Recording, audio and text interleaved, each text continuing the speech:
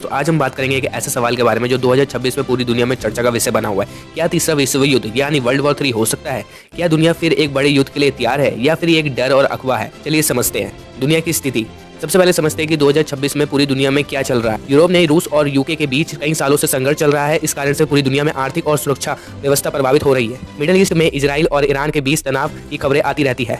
Asia में चीन और ताइवान के बीच राजनीतिक मतभेद बढ़ते जा रहे हैं। इन सभी कारणों से लोगों के मन में डर पैदा हो गया है कि छोटे छोटे तनाव मिलकर एक बड़ा युद्ध का रूप न ले ले। क्या सच में विश्व युद्ध का खतरा है? अब सवाल है कि क्या तीसरा विश्व युद्ध हो सकता है? अगर विश्लेषकों की माने तो अभी ऐसा कोई भी सीधा संकेत नहीं है। आज की दुनिया पहले से काफी अलग है। पहले के समय में देश सीधा युद्ध में कूद पड़ते थे, लेकिन आज देश एक दूसरे से व्यापार, तकनीकी और आर्थिक रूप से जुड़े हुए हैं। अगर बड़ा विश्व युद्ध होता है तो सिर्फ एक देश या दो देश में ही नहीं, पूरी दुनिया में आर्थिक व्यवस्था प्रभावित होगी। इसलिए बड़े देश युद्ध से बचने की कोशिश करते हैं, शांति बनाए रखने की कोशिश। दुनिया में कई संगठन शांति बनाए रखने के लिए काम कर रही है, जैसे संयुक्त राष्ट्र लगातार देशों के बीच बातचीत करने की कोशिश करता रहता है। जिसके अलावा नाटो जैसे समूह भी एक दूसरे देशों की सुरक्षा पर ध्यान देते हैं।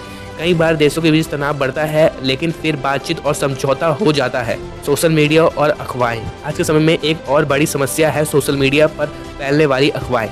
कई बार छोटी घटनाओं को बड़ा चढ़ा के पेश किया जाता है। लोग तुरंत ही विश्व युद्ध जैसे शब्दों का इस्तेमाल करना लगते हैं, जिससे डर और भ्रम फैलता है। आम लोग पर असर।